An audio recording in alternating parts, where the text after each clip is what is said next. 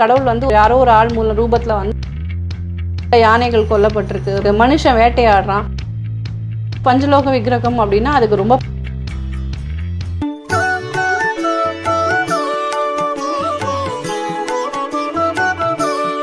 உருவ வழிபாடுகளில் நிறைய கேள்விகள் இருக்குது. அதில் முக்கியமாக என்ன கேள்வின்னு பார்த்தீங்கன்னா உக்கிரமாக இருக்கக்கூடிய தெய்வங்களை வீட்டில் வச்சு வழிபடலாமா? லைக் நரசிம்மர்லாம் வீட்டில் வச்சு வழிபடலாமா? அதுக்கு முன்னாடி நீங்கள் உருவ வழிபாடு பற்றி கொஞ்சம் சொல்லிடுங்களேன். நம்ம கொண்டாடுற உருவ வழிபாட்டுக்கு முக்கியமான காரணம் பகவான் மானுஷ ரூபேன அப்படின்னா முதல் விஷயம், அதுக்கு ரெண்டு அர்த்தம் நம்ம எடுத்துக்கலாம். ஒரு விஷயம் ஒரு மனுஷனுக்கு கடவுள் டைரெக்டாக இறங்கி வர மாட்டார், மனுஷ ரூபத்தில் தான் உதவுவார் அப்படிங்கிறது.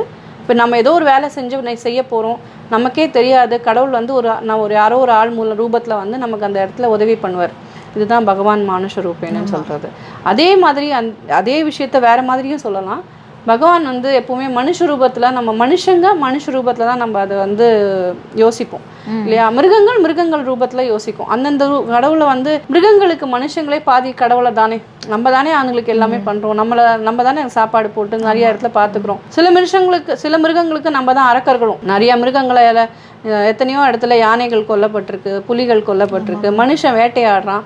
அப்படிப்பட்ட மனுஷங்கள் அந்த மிருகங்களுக்கு அரக்கன். சில மனுஷர்கள் அந்த மிருகங்களை நல்லா பார்த்துக்கிறது, ரொம்ப கேர் பண்ணுறது, அந்த மாதிரி இருக்காங்க. அந்த மாதிரி மனுஷங்க அந்த மிருகங்களுக்கு தெய்வம். அப்படிதான் அந்த மிருகங்களை பொறுத்த வரைக்கும் அவங்கள தான் பார்க்கும். அதை தாண்டி யோசிக்கும். சில மிருகங்களுக்கு கடவுளுடைய தோற்றம் எப்படி இருக்குன்னா, அந்த மிருகமாக இருக்கும்போது தான் நமக்கு அந்த ஞாபகம் வரும்.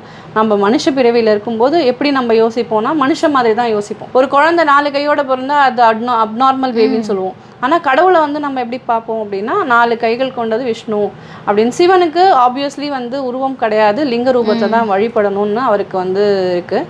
அந்த மாதிரி தாயார்னா மகாலட்சுமினா ரொம்ப அழகாக இருப்பா, நிறையா நகைகள் போட்டிருப்பா, பட்டு பீதாங்களை அணிஞ்சிருப்பா. இப்படின்னு நம்மளா ஒரு உருவத்தை வழிபடுறோம். ஆனால் தேவர்களே இங்கே பூமியில் தபஸ் பண்ணதுக்கும், தேவர்களே இந்த பூமியில் இருந்து பல விக்கிரகங்களும் பல விதமான அந்த சுவாமி சிலைகளையும் வடித்து வச்சுருக்காங்க. பழமை வாய்ந்த கோவில்கள் இருக்குது. தேவர்கள் கையால் பண்ணப்பட்ட கோவில் தான் ஸ்ரீரங்கம் கோவில்னு சொல்லுவாங்க. அந்த மாதிரி எத்தனையோ தேவர்கள் கையால் பண்ணப்பட்ட கும்பேஸ்வரன் கோவிலில் போய் பார்த்தீங்கன்னா அந்த சிவலிங்கம் தாயார் கையால் பண்ணப்பட்டது, பார்வதி கையாலேயே பண்ணப்பட்ட லிங்கம் தான் அந்த லிங்கம். ராமேஸ்வரம் போனீங்கன்னா ராமேஸ்வரன் பெருமாள் கையால் பண்ணப்பட்ட லிங்கம் தான் ராமேஸ்வரம். அந்த மாதிரி லிங்கமோ அந்த மாதிரி உருவம் ஒரு கடவுளவே உருவத்தை இன்னொரு கடவுளே செதுக்கியிருக்காங்க. ஸோ அப்போ அது உருவ வழிபாடுங்கிறது நம்மளா உருவாக்கினது கிடையாது. ஆதி காலத்துலேருந்து அந்த தேவர்கள் கையாலையும் இன்னொரு கடவுள் ஒரு பூமியில் கடவுள் பிறக்கும்போது அந்த உருவங்களை அவங்களே செதுக்கி. பிரம்மா காஞ்சிபுரம் போனீங்கன்னு வச்சுக்கோங்க, அந்த கோவிலில் இருக்க வரதராஜ பெருமாள் பிரம்மா துதிச்ச பெருமாள். பிரம்மனே பூமியில் இருந்து அவரை வடித்து வச்சதா சொல்லுவாள். அந்த மாதிரி ஒரு கோவில்களில் இருக்கக்கூடிய சிற்பங்களும் அங்கே இருக்கிற சிலைகளும் மனுஷன் படைச்சதுன்றதும் தாண்டி அவங்களே உருவம் இந்த மாதிரி தான் கடவுள் இருப்பார்னு நமக்கு காமிச்சு கொடுத்ததே அந்த மாதிரி புராணங்கள்லேருந்து நம்ம தெரிஞ்சுக்கலாம். ஸோ உருவ வழிபாடு நல்லது தான். ஏன்னா நம்ம உருவ வழிபாடும் போது நீங்கள் மனசு ஒருநிலைப்படும், அந்த பாசிட்டிவிட்டிங்கிறது அந்த இடத்துல மொத்தமாக இருக்கும். அந்த பாசிட்டிவிட்டிக்கு நீங்கள் நிறைய நீங்கள் பொதுவாக பெருமாள் கோவிலெல்லாம் போய் பார்த்தீங்கன்னா பட்டு வஸ்திரம் தான் உடுத்துவாங்க, கோல்டு ஆர்னமெண்ட்ஸு, வைரம், அந்த மாதிரி காஸ்ட்லி ப்ரிஷியஸான ஜெர்ம்ஸ்லாம் தான் அந்த சுவாமிக்கு போட்டிருப்பாங்க. அதெல்லாம் எதுக்காக அப்படின்னு பார்த்தீங்கன்னா அந்த இடத்துல பாசிட்டிவிட்டி உங்களுக்கு அந்த மெட்டல் மூலமாக அங்கே இருக்கக்கூடிய கர்ப்ப கிரகத்தில் இருக்கக்கூடிய அந்த பாசிட்டிவ் வைப்ஸ் இன்க்ரீஸ் ஆகும். அந்த வைரங்கள் மூலியமாகவும் அந்த கோல்டு மூலமாக அந்த பாசிட்டிவிட்டி அங்கே தக்க வச்சுக்கும். இதே ஒரு நான் பாசிட்டிவ் கோல்டு இல்லாத சில மெட்டல்ஸ் இருக்கும். அதாவது கோல்டு, காப்பர், இந்த பஞ்சலோகம் சொல்லுவோம் இல்லையா, இந்த பஞ்சலோகத்தில் இருக்கக்கூடிய சக்தி உங்களுக்கு நிறைய பாசிட்டிவிட்டி வீட்லேயும் கொடுக்கும். வீட்டில் நம்ம வைக்கக்கூடிய விக்கிரகங்கள் பஞ்சலோகத்தில் இருக்குது அப்படின்னா அது ஒரு அளவு இருக்குது. எல்லாமே ரொம்ப எங்களுக்கு சொல்லி கொடுத்துருக்குறவங்க பெரியவங்க எப்படி சொல்லி கொடுத்துருக்காங்க, சாஸ்திரப்படி இந்த அளவு, அதாவது ஒரு உள்ளங்கையே தாண்டக்கூடாது உங்கள் வீட்டில் இருக்கிற விக்கிரகம். அது பஞ்சலோகத்தில் இருக்கும்போது மண்ணிலலாம் விக்கிரகம் வச்சுருப்பாங்க, மண் விக்கிரகம் வச்சுருப்பாங்க, வேறு ரூபத்தில் வச்சுருப்பாங்க, அதெல்லாம் வேறு.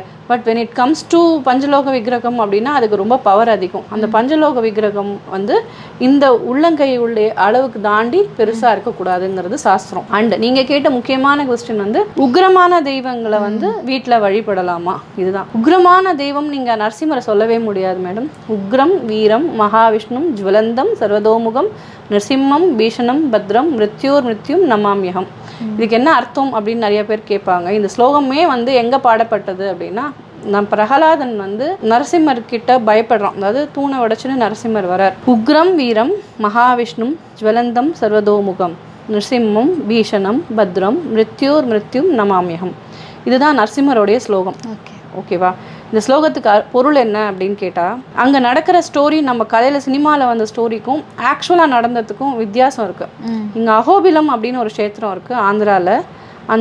அந்த அகோபில க்ஷேத்திரத்தில் போனீங்கன்னா நவ நரசிம்மர் இருப்பார். அதில் முக்கியமான நரசிம்மர் கிட்ட ஜுவாலா நரசிம்மர் மேலே போனீங்க அப்படின்னா அந்த நரசிம்மர் கிட்ட அங்கே வந்து ஒரே ஒரு நரசிம்மர் இருக்க மாட்டார். அவரை சுற்றி நிறைய கல்கள் அந்த சிற்பங்கள் இருக்கும், அதாவது அந்த விக்கிரகங்கள் இருக்கும், சிலைகள் இருக்கும்.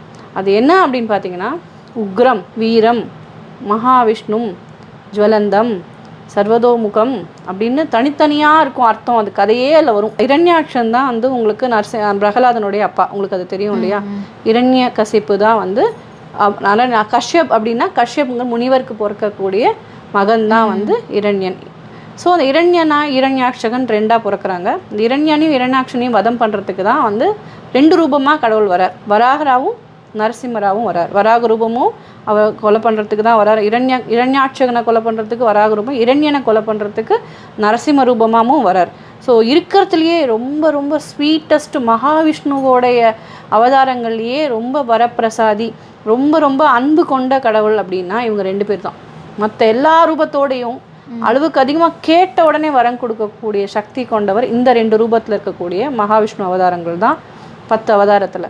ஏன் அப்படின்னா அது ஸ்வயம்புவா டக்குன்னு ஸ்பாட்டில் வந்து வராரு. அதில் நரசிம்ம ரூபத்தை பற்றி சொல்லும்போது அவர் வந்து பிரகலாதன் வந்து சினிமாலெலாம் பார்த்துருப்பீங்க, நாராயணாய் நம்ம சொல்லக்கூடாதுன்னு இரண்யாட்சன் சொல்லுவோம், இரண்யகசிப்பு சொல்லுவான், இவர் சொல்லுன்னு சொல்லுவார். இதுதான் அந்த ஸ்டோரி. ஸோ அந்த இடத்துல நீங்கள் நரசிம்மர் தூணை உடைச்சிட்டு வந்துட்டார். அந்த தூண் உடைக்கிறதுக்கு முன்னாடி என்ன நடக்கும் அப்படிங்கிறது தான் ஸ்வீட்டான ஸ்டோரியே. அதில் என்ன சொல்கிறாரு, அவன் எந்த அளவுக்கு வந்து இரண்யகசிபன் வந்து ரொம்ப பராக்கிரமி, 3 லோகத்தையும் வந்து கைப்பற்றிடுறான். மேலோகம், வானவர்கள் இருக்கக்கூடிய தேவலோகம், பூமி, பாதாளம்ங்கிற 3 லோகத்தையுமே அவன் வந்து தன்னுடைய கட்டுப்பாட்டுக்குள்ளே கொண்டு வந்துடுறான். பல ஆயிரக்கணக்கான வருஷம் அவன் வாழறான். அந்த அளவுக்கு சக்தி வாய்ந்த ஒரு அரக்கன். ஸோ அவன் வந்து ரொம்ப நல்ல அறிவாளியும் கூட. அவன் என்ன பண்ணுறான், வேதத்தை வந்து தன்னுடைய அவன் அப்பா கிட்டேருந்து வேதத்தை மறைச்சி வைக்கணும்னு நினைக்கிறான். அந்த வேதத்தை அவன் எங்கே மறைச்சி வைக்கிறான்னு நினைக்கிறீங்க? எவ்வளவோ நம்ம உடம்புல பார்ட்ஸ் இருக்குது. அந்த பார்ட்ஸ் எல்லாம் விட்டுட்டு அவன் வேதத்தை எங்கே ஒழிச்சு வைக்கிறான்னா அவனுடைய குடலில் ஒழிச்சு வச்சுக்கிறான். ஸோ இப்போ வேதத்தை எங்கே நீங்கள் பூமியில் எங்கே தேடினார்சி யோசிச்சு பார்த்தீங்கன்னா குடலை ஏன் உருவி மாலையாக போட்டுக்கிறார்? Okay okay. நரசிம்மர் ஏன் குடலை உருவி மாலையாக போட்டுக்கிறார்? எவ்வளவோ பார்ட்ஸ் இருக்குது, ஏன் போய் அவன் குடலை போய் உருவி மாலையாக போட்டுக்கிறாருன்னா அவன் வேதத்தை வந்து தன்னோட குடலில் வச்சு பாதுகாத்து வச்சுருக்கான். அதனால அவன் அந்த வேதத்தோடைய சாரம் வந்து அவனுக்கு அவ்வளோ இருக்குது. அவனால் அந்த எல்லாத்தையும் ஜெயிக்க முடியறது, எல்லா லோகத்தையும் ஜெயிக்க முடியறது. அவனுக்கு எல்லா விதமான நல் விஷயங்களும் அவனுக்கு தெரியுது. அவ்வளோ பெரிய வேதத்தையே வச்சுட்டாலும் நாராயணனை எதிர்க்கணுங்கிற அந்த ஆக்ரோஷம் மட்டும் அவனை விட்டு போகவே போகலை. ஏன்னா அவனுடைய அண்ணாவை வந்து நாராயணன் தான் கொலை பண்ணினாருங்கிற ஒரு கோபம், அந்த ஆத்திரத்திலேயே அவன் இருக்கிறதுனால அவனுடைய வந்து கோபம் முழுக்க ஃபோக்கஸ் ஆனது நாராயணன் மேலே. ஸோ இப்போது நாராயணன் வந்து பிரத்யக்ஷம் ஆகணும். அவன் என்ன பண்ணுறான், பூமி கீழே பாதாள லோகத்துலேருந்து வான்லோகம் வரைக்கும் பல தூண்களை வச்சு அவன் வந்து அமைக்கிறான் அந்த அவனுடைய அரண்மனையை. நம்ம நினைக்கிற மாதிரி சாதாரண அரண்மனை இல்லை அது. அந்த அரண்மனை வந்து 3 லோகத்தையும் கனெக்ட் பண்ணி அவன் ஒரு அரண்மனையை அமைக்கிறான். ஸோ அந்த ஒரு தூண் அமைக்கும் போதும் அந்த தூணெல்லாம் அமைச்சு முடிக்கும்போது அவன் பார்க்க மாட்டான். ஆனால் ஒரு பர்டிகுலர் தூண் ஒன்று இருக்குது. அந்த பர்டிகுலர் தூண் வந்து அவனே அமைச்சது. அவன் பக்கத்தில் இருந்து இது கனெக்ட் பண்ணுற தூணில் வந்து அந்த கன்ஸ்ட்ரக்ஷன் நடக்கும்போது இரண்யகசிபன் அங்கே நிற்கிறான். நின்று பார்த்த தூண் அதில் வந்து அவன் கன்ஃபார்ம் பண்ணிக்கிறான், இந்த தூணில் வந்து நமக்கு தெரியாமல் எதுவும் உள்ளே இருக்காது அப்படிங்கிற கான்ஃபிடென்ஸ் அவனுக்கு அந்த இடத்துல இருக்குது. பிரகலாதன் வந்து கூப்பிட போகிறான், நம்ம போகணும், குழந்தைய காப்பாற்றணும் அப்படின்னு விஷ்ணு ப்ரிப்பேர் ஆகிட்டார். எந்த தூணில் அவன் கூப்பிடுவான், நம்ம எந்த தூணுக்குள்ளேருந்து வடிச்சுன்னு வரப்போகிறோம்னு பெருமாளுக்கே ஒரு ஆசை இருந்துதான், எதுலேருந்து வரப்போகிறோம் அப்படின்னு அவருக்கே ஒரு ஒரு ஒரு ஆர்வம் இருந்துதான்.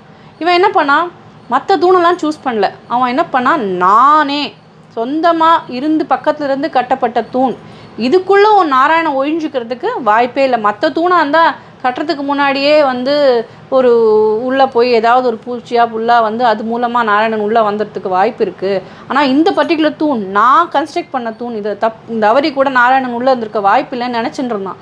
அந்த தூண்லேருந்தே பெருமாள் வெளியே வெடிச்சுன்னு வந்தார். வெளியில் அந்த வெடிச்சுன்னு வெளில வந்த உடனே நிச்சயமாக அவனுக்கு தெரிஞ்சு போச்சு நம்ம முடிய போகிறோம் அப்படிங்கிற நினப்பு அவனுக்கு வந்துடுது. ஏன்னா அவன் கேட்ட நரஹரி ரூபத்தில் வந்தாச்சு பெருமாள். பாதி மனுஷனாகவும் பாதி மிருகமாகவும் தானே அவன் கேட்டான். அந்த மாதிரி என்னென்ன அவன் கண்டிஷன்ஸ் கேட்டான், 6 கண்டிஷன்ஸ் கேட்டான். பகலும் இருக்கக்கூடாது, இரவும் இருக்கக்கூடாது, சந்தியா காலம். எந்த ஒரு மனுஷனாலும் என்னை அழிக்க முடியக்கூடாது, எந்த ஒரு மிருகமாகவும் என்னை அழிக்கக்கூடாது, எந்த ஒரு ஆயுதத்தாலையும் நான் அழியக்கூடாது. இந்த மாதிரி நிறையா வரங்கள் கேட்டிருக்கான் இல்லையா. ஸோ இந்த வரங்கள் எல்லாத்தையும் ஒன்று கோத்து தான் வந்து அவர் வந்து அந்த ரூபத்தை தரிச்சுன்னு வர்றார்.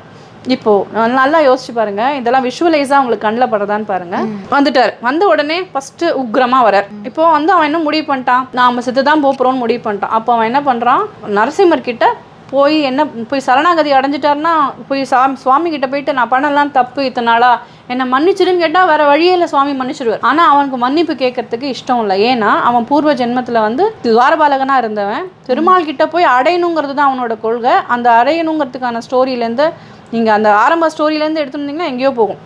ஒரு கடவுள் பற்றின புரிதலே மாற்றிருக்கீங்க அப்படின்னு தான் சொல்லணும். பதில்களுக்கு ரொம்ப நன்றி மேம். தேங்க்யூ. ஆன்மீகம் சம்பந்தப்பட்ட நிறைய கேள்விகளுக்கு பதில் கேட்டு தெரிஞ்சுக்கிட்டோம். இதே மாதிரி இன்னொரு ஆன்மீகம் நிகழ்ச்சியில நான் உங்களை சந்திக்கிறேன். வணக்கம்.